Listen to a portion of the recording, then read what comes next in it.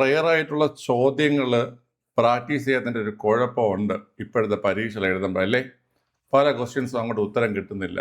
അപ്പോൾ അതിൻ്റെ സൊല്യൂഷൻ ഇവിടെയുണ്ട്. ചാനലിൽ ഇഷ്ടം പോലെ ഏകദേശം 1000-ഓളം ക്വസ്റ്റ്യൻസ് 20 മിനിറ്റ്സ് 30 മിനിറ്റ്സ് വർക്കൗട്ടായിട്ട് കിടപ്പുണ്ട്. അതിൻ്റെ കണ്ടിന്യൂഷനായിട്ട് വീണ്ടും വീഡിയോസ് ചെയ്യുകയാണ്. നിങ്ങൾ കട്ടയ്ക്ക് ഇത് കൂടെ ചെയ്യുമെങ്കിൽ മാത്രമേ ഞാൻ കണ്ടിന്യൂ ചെയ്യത്തുള്ളൂ. അതായത് വർക്കൗട്ട് ചെയ്യുക, മാർക്ക് കമൻറ്റ് ചെയ്യുക, ഒപ്പീനിയൻസ് കമൻറ്റ് ചെയ്യുക, ചോദ്യങ്ങളുമായി ബന്ധപ്പെട്ട അഭിപ്രായങ്ങൾ കമൻറ്റ് ചെയ്യുക, ഇൻട്രാക്ഷൻ ഉണ്ടാകണം. അതായത് ഈ വീഡിയോയുടെ കമൻറ്റ് ബോക്സിൽ ഇൻട്രാക്ഷൻ ഉണ്ടായി കഴിഞ്ഞാൽ നമുക്ക് എല്ലാവർക്കും സെറ്റായിട്ട് ക്വസ്റ്റ്യൻസ് വർക്കൗട്ട് ചെയ്ത് മുന്നോട്ട് പോവാം. ഓക്കെ, റെഡി ആണല്ലോ? 20 ചോദ്യങ്ങൾ പക്ക എന്ന് വെച്ചാൽ നിങ്ങൾക്ക് വേണ്ട 20 ചോദ്യങ്ങൾ, നിങ്ങൾ പഠിച്ചിരിക്കേണ്ട അറിഞ്ഞിരിക്കേണ്ട 20 ചോദ്യങ്ങൾ. അതിൽ എത്ര എണ്ണം ശരിയാക്കാൻ പറ്റിയെന്നുള്ള കാര്യം ലാസ്റ്റ് കമൻറ്റ് ചെയ്യണം. അത് കഴിഞ്ഞിട്ട് നിങ്ങൾ പോകാവൂ. ഓക്കെ, ഒന്നാമത്തെ ചോദ്യം, തേഫാഗ സമരം ഏത് സംസ്ഥാനവുമായി ബന്ധപ്പെട്ട പ്രക്ഷോഭം എന്നാണ് ചോദ്യം. നിങ്ങൾ ചെയ്യാനുള്ളതെന്ന് വെച്ച് കഴിഞ്ഞാൽ സ്വന്തമായിട്ട് അറ്റൻഡ് ചെയ്യണമെന്നുണ്ടെങ്കിൽ ജസ്റ്റ് വീഡിയോ ഒന്ന് പോസ് ചെയ്യുക, എന്നിട്ട് എന്ത് ചെയ്യുക, ആൻസർ പറയുക അല്ലെങ്കിൽ എഴുതി വെക്കുക. എന്നിട്ട് ഞാൻ ആൻസർ പറയുമ്പോൾ ശരിയാണോ തെറ്റാണോ നോക്കുക. തേഫാഗ സമരം ബംഗാളാണ് അല്ലേ, ബംഗാളാണ് തേഫാഗ സമരം. അതുപോലെ നിങ്ങൾക്ക് ചോദിക്കുന്ന മറ്റൊരു സമരമാണ് പൈഗ കലാപം. പൈഗ കലാപം അറിയോ എവിടെയെന്ന്? പൈഗ കലാപം ഒഡീഷയാണ് പൈഗ കലാപം. അപ്പൊ തേഫാഗ സമരം ബംഗാളാണ്, പൈഗ കലാപം ഒഡീഷയാണ് കേട്ടോ. ഓക്കെ, വെല്ലൂർ ലഹളയുണ്ട്. വെല്ലൂർ ലഹള ആർക്കെങ്കിലും അറിയാമോ? വെല്ലൂർ ലഹള അറിയാമെങ്കിൽ കമന്റ് ചെയ്യുക. നിങ്ങൾ കമന്റ് ചെയ്യുക കേട്ടോ, വെല്ലൂർ ലഹള കമന്റ് ചെയ്യുക. ഓക്കെ, ദ ലാസ്റ്റ് ജഡ്ജ്മെന്റ് അന്ത്യവിധി എന്ന കലാസൃഷ്ടി ആരുടേതാണ്? ദ ലാസ്റ്റ് ജഡ്ജ്മെന്റ് അല്ലെങ്കിൽ അന്ത്യവിധി എന്ന കലാസൃഷ്ടി ആരുടേതാണ്? മൈക്കിൾ ആഞ്ചലോ ആണ് അല്ലെ, മൈക്കിൾ ആഞ്ചലോയാണ്.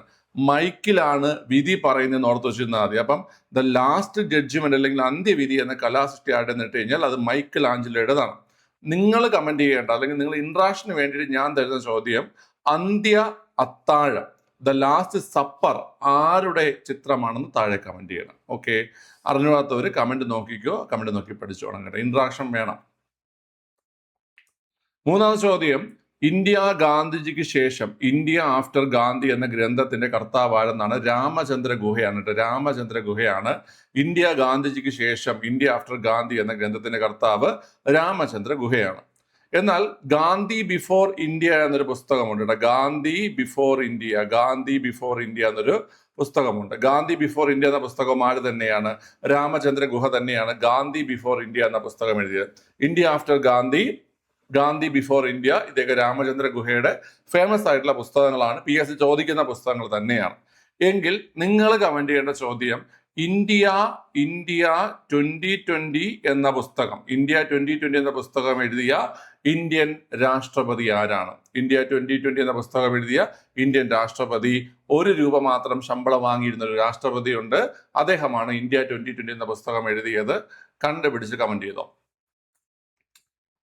അടുത്ത, സൈലന്റ് വാലി, ബന്ദിപ്പൂർ, മുതുമലൈ എന്നീ ദേശീയോദ്യാനങ്ങൾ ഉൾപ്പെടുന്ന ജൈവമണ്ഡലം ഏതാണ്? സൈലന്റ് വാലിയും ബന്ദിപ്പൂറും മുതുമലയൊക്കെ ഉൾപ്പെടുന്നത് നീലഗിരി ബയോസ്ഫിയർ ജൈവമണ്ഡലം എന്ന് വെച്ചാൽ ബയോസ്ഫിയർ റിസർവ് ആണ്. ഓക്കെ, നീലഗിരിയുടെ കീഴിലാണ്. ഇനി നിങ്ങൾക്ക് ചോദിക്കുന്ന മറ്റൊരു ചോദ്യമുണ്ട്, നമ്മുടെ പേപ്പാറ, നെയ്യാറ്, അതുപോലെ ചെന്തുരുണി ഈ പറയുന്ന വന്യജീവി സങ്കേതങ്ങൾ, പേപ്പാറ, നെയ്യാറ്, ചെന്തുരുണി എന്നീ വന്യജീവി സങ്കേതങ്ങൾ അത് ഏത് ബയോസ്ഫിയർ റിസർവിന്റെ ഭാഗമെന്ന് കേട്ട് കഴിഞ്ഞാൽ അത് അഗസ്ത്യമല ബയോസ്ഫിയർ റിസർവിന്റെ ഭാഗമാണ്. പേപ്പാറ, നെയ്യാറ്, ചെന്തുരുണിയൊക്കെ അഗസ്ത്യമലയാണ്. സൈലന്റ് വാലി, ബന്ദിപ്പൂർ, മുതുമലയൊക്കെ ദേശീയോദ്യാനങ്ങൾ നീലഗിരിയുടെ ഭാഗമാണ്. ആ പോയിന്റ് ഓർത്ത് തുടങ്ങാം കേട്ടോ. അടുത്ത, ജൂമിംഗ് കൃഷിരീതി ചെയ്തു വരുന്ന മോൻപ, മിഷ്മി, നാഗ ഗിരിവർഗ വിഭാഗം കണ്ടുവരുന്ന ഹിമാലയ ഭാഗം ഏതാണ്? ചോദ്യം പഠിച്ചോ.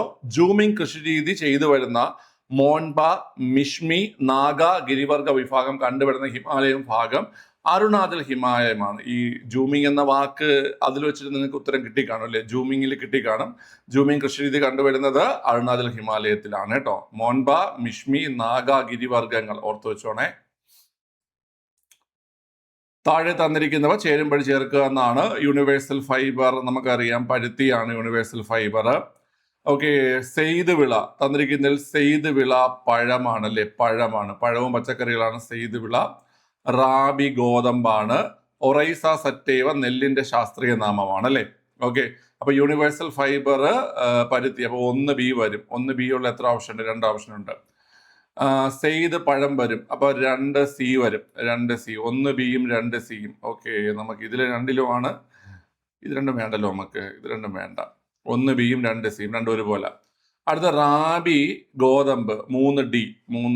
അപ്പൊ 1B 2C 3D.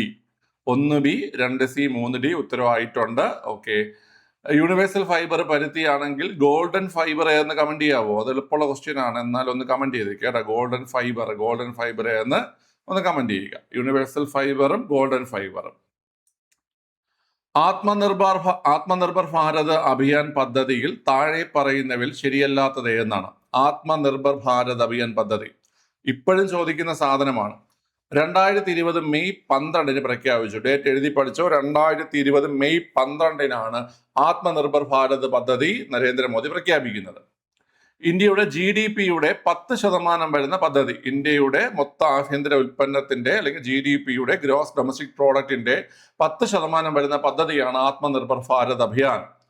കോവിഡ് മഹാമാരിയുടെ പശ്ചാത്തലത്തിൽ ആരംഭിച്ചു. ശരിയാണ്, കോവിഡ് മഹാമാരിയുടെ പശ്ചാത്തലത്തിലാണ് ആരംഭിക്കുന്നത്. അടിസ്ഥാന സൗകര്യ വികസന പദ്ധതികൾക്ക് വേണ്ടി മാത്രമുള്ളത് എന്നുള്ളത് തെറ്റാണ്. അടിസ്ഥാന സൗകര്യ വികസന പദ്ധതി, ഇൻഫ്രാസ്ട്രക്ചർ ഡെവലപ്മെന്റിന് വേണ്ടി മാത്രമുള്ളത് എന്ന പോയിന്റ് തെറ്റാണ്. കാർഷിക വികസനമുണ്ട്.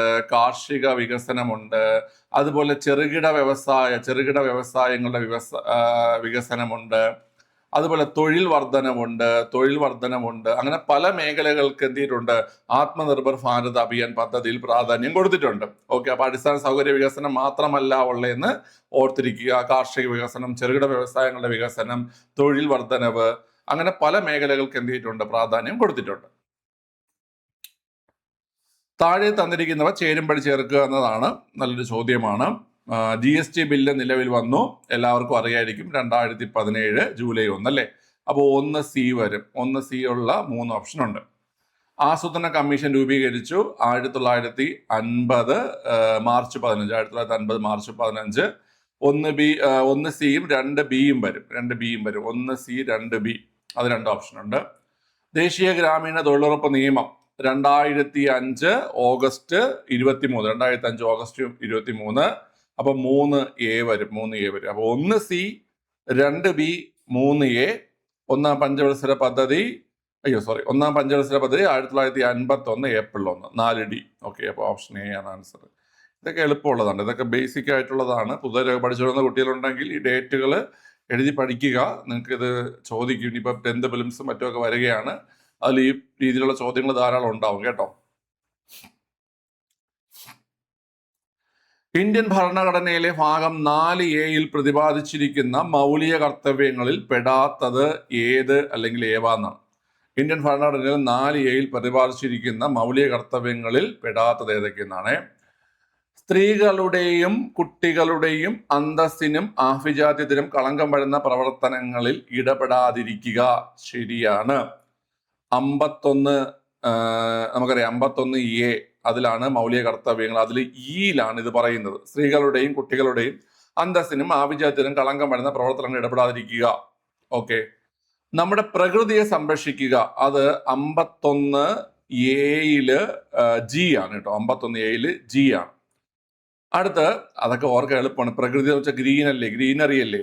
അതുപോലെ സ്ത്രീ നമ്മൾ പറയും എൻ്റെ പെണ്ണ്, എൻ്റെ കുട്ടി, എൻ്റെ പെണ്ണ്, എൻ്റെ കുട്ടി. അപ്പൊ എൻ്റെ നമ്മൾ എഴുതുമ്പം എൻ്റെ അല്ലേ എഴുതുന്നത്. അപ്പൊ എൻ്റെ പെണ്ണ്, എൻ്റെ കുട്ടി, എൻ്റെ പെണ്ണ്, എൻ്റെ കുട്ടി. അപ്പൊ 51A സ്ത്രീകൾ, കുട്ടികൾ. അതുപോലെ പ്രകൃതി ഗ്രീനറി, അത് ഓർത്തിരുന്നാൽ മതി. അതുപോലെ തന്നെ വ്യക്തികൾ നികുതി അടയ്ക്കുക നമ്മുടെ മൗലിക കർത്തവ്യത്തിൽ പറയുന്ന കാര്യമല്ല. 3 തെറ്റാണ്. രക്ഷകർത്താക്കൾ കുട്ടികൾക്ക് വിദ്യാഭ്യാസം കൊടുക്കുക. കുട്ടികൾക്ക് വിദ്യാഭ്യാസം 51A K, കുട്ടികൾക്ക് വിദ്യാഭ്യാസം 51A K. ഓക്കെ അല്ലേ. അപ്പൊ അത് ശരിയാണ്. അപ്പം പെടാത്തത് ഏതെന്നാണ്? ഓപ്ഷൻ ഡി ആൻസർ ആയിട്ട് വരുന്നു. 3 ആണ് പെടാത്തത് കേട്ടോ. കിട്ടി കാണണം. ഇനി നമ്മുടെ നാളെ സ്റ്റാർട്ട് ചെയ്യുന്ന കോഴ്സിനെ കുറിച്ചാണ്. 10th പ്രിലിംസിന് ഇനി 25 ദിവസമേ ഉള്ളൂ, ഫസ്റ്റ് സ്റ്റേജും സെക്കൻഡ് സ്റ്റേജിനും. ഓക്കെ, അപ്പം നാളെ രാത്രി 8:30 മുതൽ നമ്മുടെ മാരത്തോൺ സ്റ്റാർട്ട് ചെയ്യുന്നുണ്ട്. ഓക്കെ, ആപ്ലിക്കേഷൻ വഴിയാണ് ക്ലാസ് വരുന്നത്. ഞാൻ കോഴ്സിന്റെ ലിങ്ക് ഫസ്റ്റ് കമന്റിൽ പിൻ ചെയ്തിട്ടുണ്ടാകും. ടോട്ടൽ ഫീസ് വരുന്നത് 379 രൂപയാണ്. നിങ്ങൾക്ക് എക്സാം വരെയും ക്ലാസ് ഉണ്ടാവും. എല്ലാ ദിവസവും രാത്രി 8:30 എൻ്റെ ക്ലാസ് വരും. അതിന് പുറമെ നിങ്ങൾക്ക് കറണ്ട് അഫയേഴ്സിൻ്റെയും അതുപോലെ മാത്സിൻ്റെയും സ്പെഷ്യൽ ക്ലാസ്സസും ഉണ്ടാകും. മോഡൽ എക്സാംസും ഉണ്ടാകും. ഓക്കെ, SCRT റിവിഷനും പുതിയതായാലും പഴയതായാലും SCRT ടോപ്പിക്സിൻ്റെ ഇമ്പോർട്ടൻറ്റ് ടോപ്പിക്സിൻ്റെ റിവിഷനും കൂടെ ഉണ്ടാകും. ഓക്കെ, അപ്പോൾ അതൊക്കെ ചേർന്ന് പഠിക്കാൻ താല്പര്യമുള്ളവർ ആ കോഴ്സ് എന്ത് ചെയ്യുക, ചെക്ക് ചെയ്ത് നോക്കുക കേട്ടോ. 379 രൂപയാണ് ടോട്ടൽ ഫീസ് വരുന്നത് കേട്ടോ. ഇന്ത്യൻ രാഷ്ട്രപതിയുടെ വിവേചന അധികാരത്തിൽ പെടാത്തത് ഏത് അല്ലെങ്കിൽ ഏവ എന്നാണ്. ഇന്ത്യൻ രാഷ്ട്രപതിയുടെ വിവേചന അധികാരത്തിൽ പെടാത്തത് ഏത് ഏവ. വിവേചന അധികാരം കൊണ്ട് ഉദ്ദേശിക്കുന്നത് സ്വന്തമായിട്ട് തീരുമാനമെടുക്കാൻ കഴിയുന്ന കാര്യങ്ങൾ, വേറെ ആരുടെയും അഭിപ്രായം ചോദിക്കാതെ, വേറെ ആരുടെയും നിർദ്ദേശമില്ലാതെ സ്വന്തമായിട്ട് തീരുമാനമെടുക്കാൻ കഴിയുന്ന കാര്യങ്ങളാണ് വിവേചന അധികാരത്തിൽ പെടുന്നത്. ഒരു പാർട്ടിക്കും വ്യക്തമായ ഭൂരിപക്ഷം ലഭിച്ചില്ലെങ്കിൽ രാഷ്ട്രപതിക്ക് ഇഷ്ടമുള്ള വ്യക്തിയെ പ്രധാനമന്ത്രിയായി നിയമിക്കാം. ശരിയാണ്, അത് വിവേചന അധികാരത്തിൽ പെടുന്നതാണ്. മന്ത്രിസഭയുടെ തീരുമാനം പുനഃപരിശോധനയ്ക്കായി രാഷ്ട്രപതിക്ക് തിരിച്ചയക്കാം. അതും ശരിയാണ്. മന്ത്രിസഭയുടെ തീരുമാനങ്ങൾ പുനഃപരിശോധനയ്ക്കായി തിരിച്ചയക്കുന്നത് രാഷ്ട്രപതി വിവേചന അധികാരമാണ്. അതുപോലെ വീറ്റോ അധികാരം, ആർട്ടിക്കിൾ 111 പ്രകാരമുള്ള വീറ്റോ അധികാരം രാഷ്ട്രപതിയുടെ വിവേചന അധികാരമാണ്. ഓക്കെ അല്ലേ? ഇനി മൂന്നാമത്തെ നോക്കാം. ലോകസഭയിൽ ഒരു പാർട്ടിക്ക് വ്യക്തമായി ഭൂരിപക്ഷം ഉണ്ടെങ്കിലും രാഷ്ട്രപതിക്ക് ഇഷ്ടമുള്ള വ്യക്തിയെ പ്രധാനമന്ത്രിയാക്കാം എന്നുള്ളത് തെറ്റാണ്. അത് വിവേചനാധികാരത്തിൽ പെടുന്നതല്ല.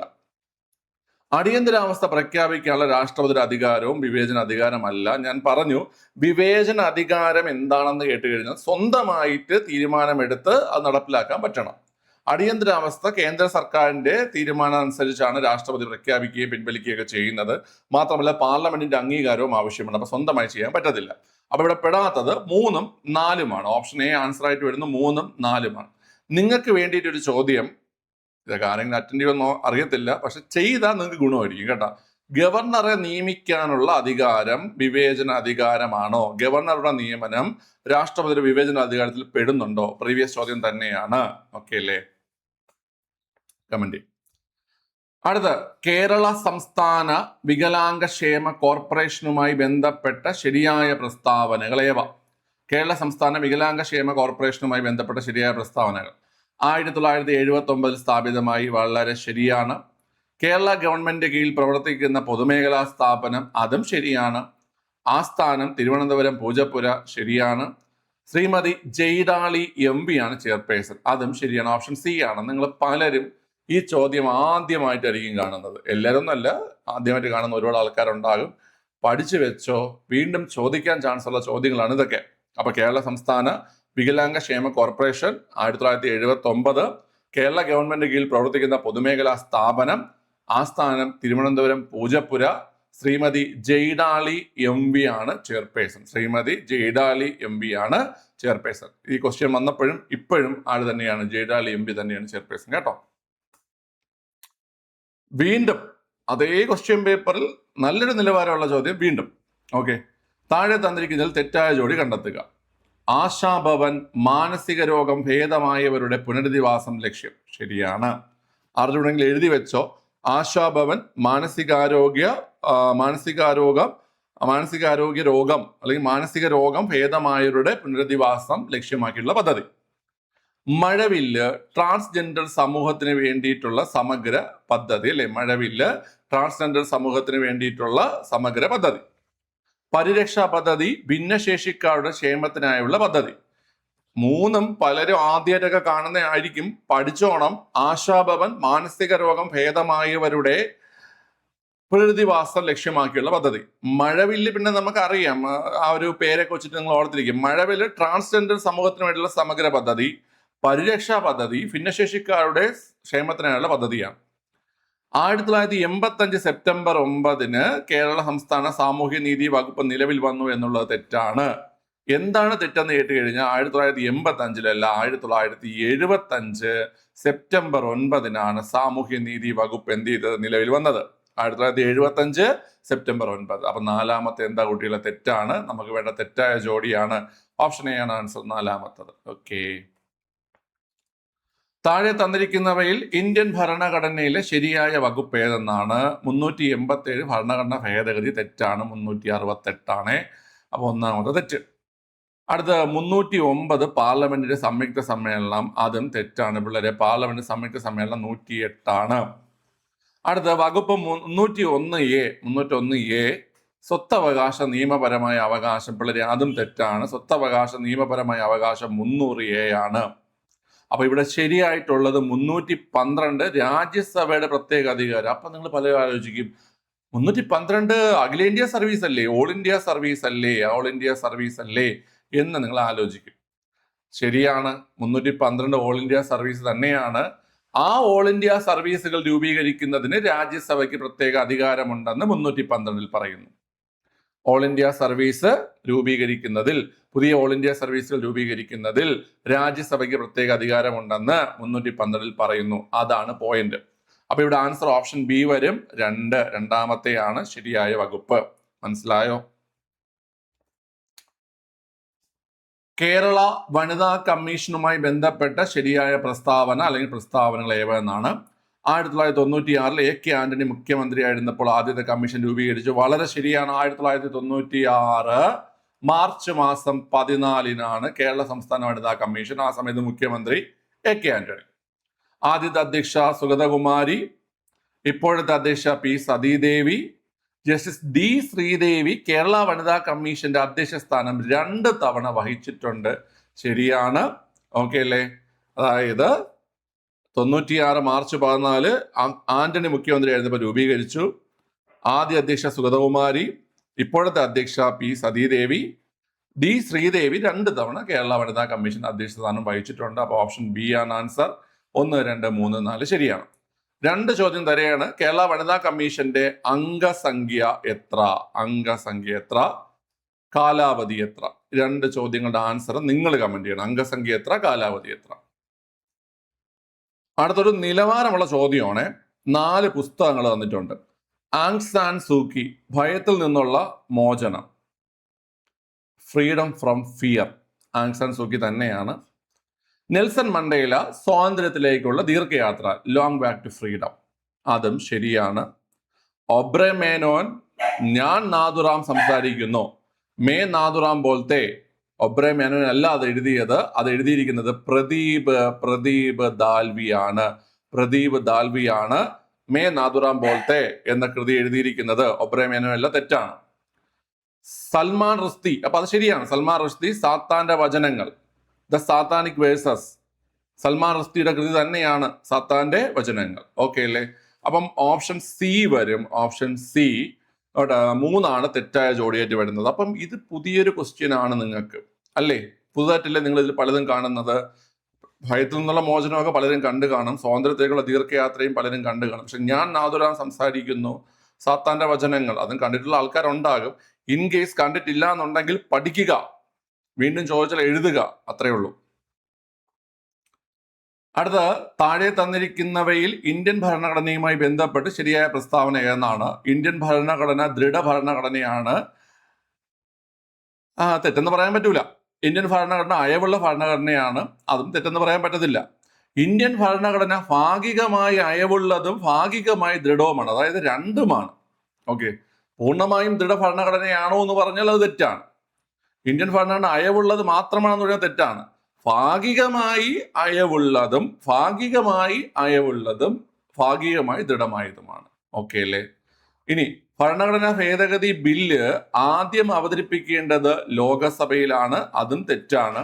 ഭരണഘടനാ ഭേദഗതി ബില്ല് പാർലമെന്റിന്റെ ഏത് സഭയിൽ വേണോ അവതരിപ്പിക്കാൻ കഴിയും. അപ്പൊ നമുക്ക് ശരിയായിട്ടുള്ള പ്രസ്താവന 3ാമത്തെ പ്രസ്താവന. അപ്പൊ ഓപ്ഷൻ ബി ആൻസർ വരും. 3ാമത്താണ് ശരിയായിട്ടുള്ള പ്രസ്താവന. അപ്പം ഇന്ത്യൻ കോൺസ്റ്റിറ്റ്യൂഷൻ റിജിഡുമാണ്, പാർഷ്യലി ഫ്ലെക്സിബിളുമാണ് കേട്ടോ. റിജിഡുമാണ്, പാർഷ്യലി ഫ്ലെക്സിബിളുമാണ്. ഭേദഗതി ചെയ്യാൻ എളുപ്പമാണെങ്കിൽ, അമെൻഡ് ചെയ്യാൻ എളുപ്പമാണെങ്കിൽ അത് അയവുള്ള ഭരണഘടന. അമെൻഡ് ചെയ്യുന്നതിൽ ബുദ്ധിമുട്ടുണ്ടെങ്കിൽ അത് ദൃഢമായ ഭരണഘടന. ഓക്കെ അല്ലേ? അതുപോലെ കോൺസ്റ്റിറ്റ്യൂഷണൽ അമെൻമെന്റ് ബില്ല് ആദ്യം അവതരിപ്പിക്കേണ്ട ലോകസഭയിൽ എന്നുള്ളത് തെറ്റാണ്. ഏത് സഭയിൽ വേണോ അവതരിപ്പിക്കാം. മണി ബില്ല് ആദ്യം അവതരിപ്പിക്കേണ്ടത് എവിടെയാ പിള്ളേരെ? മണി ബില്ല് ആദ്യം അവതരിപ്പിക്കേണ്ടത് എവിടെയാ? ഒന്ന് കമന്റ് ചെയ്തേ, അറിയട്ടെ. പ്രായമായവരിൽ ഈസ്ട്രജൻ ഹോർമോൺ കുറയുന്നത് മൂലം ഉണ്ടാകുന്ന അസ്ഥിരോഗം ഓസ്റ്റിയോപോറസിസ് ആണ് കേട്ടോ. ഓസ്റ്റിയോപോറസിസ് ആണ്. ഓക്കെ, പ്രായമായവരിൽ ഈസ്ട്രജൻ ഹോർമോണിന്റെ കുറവ് മൂലം ഉണ്ടാകുന്ന അസ്ഥി രോഗമാണ് ഓസ്റ്റിയോപോറോസിസ്. അതായത് നമ്മുടെ ഈ ബോൺസിലൊക്കെ ഈ പോർസ് വന്നിട്ട് അസ്ഥികൾ ദ്രവിച്ചു പോകുന്ന കണ്ടീഷനാണ് ഓസ്റ്റിയോപോറോസിസ് എന്ന് പറയുന്നത്. ഓപ്ഷൻ ബി ആണ് ആൻസർ. ഇതും പുതിയ ക്വസ്റ്റ്യൻ അല്ലേ, പഠിച്ചോണേ. അടുത്തത് നട്ടലിലെ അറ്റ്ലസ്, ആക്സിസ് എന്നീ കശേരുക്കൾക്കിടയിൽ കാണപ്പെടുന്ന സന്ധി ഏതാണ്? നട്ടലില് അറ്റ്ലസ്, ആക്സിസ് എന്നീ കശേരുക്കൾക്കിടയിൽ കാണപ്പെടുന്ന സന്ധി ഏതാണ്? നമ്മുടെ കഴുത്തിന്റെ ഭാഗത്ത് വരുന്ന ആ സന്ധിയുടെ പേരാണ് ചോദിച്ചിരിക്കുന്നത്. അത് കീലസന്ധിയാണ് കേട്ടോ, കീലസന്ധിയാണ്, കീലസന്ധി കേട്ടോ. അറ്റ്ലസ്, ആക്സിസ് എന്നീ കശേരുക്കൾക്കിടയിൽ കാണപ്പെടുന്ന സന്ധി കീലസന്ധിയാണ്. ഇതിൽ ഏതെങ്കിലും ക്വസ്റ്റ്യൻ ഒന്നൊരു എക്സ്പ്ലനേഷൻ ഡീറ്റെയിൽ ആയിട്ട് വേണമെന്നുണ്ടെങ്കിൽ നിങ്ങൾ കമന്റ് ചെയ്താൽ മതി, ഞാൻ ഷോർട്ട് വീഡിയോ ആയിട്ട് അത് ചെയ്യാം കേട്ടോ. അടുത്ത് ചിക്കൻ ഗുനിയ രോഗത്തിന് കാരണമാകുന്ന രോഗമാണ്. ചിക്കൻ ഗുനിയ രോഗത്തിന് കാരണമാകുന്നത് ആൽഫ വൈറസ് ആണ്, ആൽഫ വൈറസ് ആണ്. ഓക്കെ, എങ്കിൽ ഞാനൊരു സ്റ്റേറ്റ്മെന്റ് ഇവിടെ പറയണം, ശരിയാണോ തെറ്റാണോ എന്ന് കമന്റ് ചെയ്യണം. ഡെങ്കിപ്പനിക്ക് കാരണമാകുന്നത് ഫ്ലാവി വൈറസ് ആണ്. ഡെങ്കിപ്പനിക്ക് കാരണമാകുന്നത് ഫ്ലാവി വൈറസ് ആണ്. ഇത് ശരിയാണോ തെറ്റാണോ എന്ന് കമന്റ് ചെയ്യണം കേട്ടോ. സംസ്ഥാനത്ത് അനീമിയ പൂർണ്ണമായും തുടച്ചു നീക്കുക എന്ന ലക്ഷ്യവുമായി ആരോഗ്യവകുപ്പ് നടപ്പിലാക്കുന്ന വിപുലമായ പ്രചാരണ പരിപാടിയാണ് വിവാ കേരളം. വിവാ കേരളം. അനീമിയ അല്ലെങ്കിൽ വിളർച്ച പൂർണ്ണമായും തുടച്ചു നീക്കുക എന്ന ലക്ഷ്യവുമായി ആരോഗ്യവകുപ്പ് നടപ്പിലാക്കുന്ന വിപുലമായ പദ്ധതിയാണ് വിവാ കേരളം. വിവയുടെ പൂർണ്ണരൂപം വിളർച്ചയിൽ നിന്ന് വളർച്ചയിലേക്ക് എന്നാണ്. എന്തിൽ നിന്ന് എന്തിലേക്കാണ്? വിളർച്ചയിൽ നിന്ന് വളർച്ചയിലേക്ക് എന്നാണ് വിവയുടെ പൂർണ്ണരൂപം. ഓക്കെ, എല്ലാ ക്വസ്റ്റ്യനും ആയാ? ഓക്കെ, എനിക്കൊന്ന് 21 ക്വസ്റ്റ്യൻ ഉണ്ടായിരുന്നു തോന്നുന്നു. നിങ്ങളുടെ മാർക്ക് നിങ്ങൾ കമന്റ് ചെയ്യണം. നിങ്ങൾക്ക് ഏതെങ്കിലും ഡൗട്ട് ഉണ്ടെങ്കിൽ കമന്റ് ചെയ്യണം. ഞാൻ ചോദിച്ച ചോദ്യങ്ങളുടെ ഉത്തരം കമന്റ് ചെയ്യണം. ഇന്ററാക്ഷൻ വേണം ഈ വീഡിയോ താഴെ. ഇന്ററാക്ഷൻ ഉണ്ടെങ്കിൽ ഇതുപോലത്തെ ക്വസ്റ്റ്യൻസ് എല്ലാം നമ്മൾ നാളെ കാണും, ഉറപ്പായിട്ടും കാണും. Okay, so good night, see you tomorrow, by.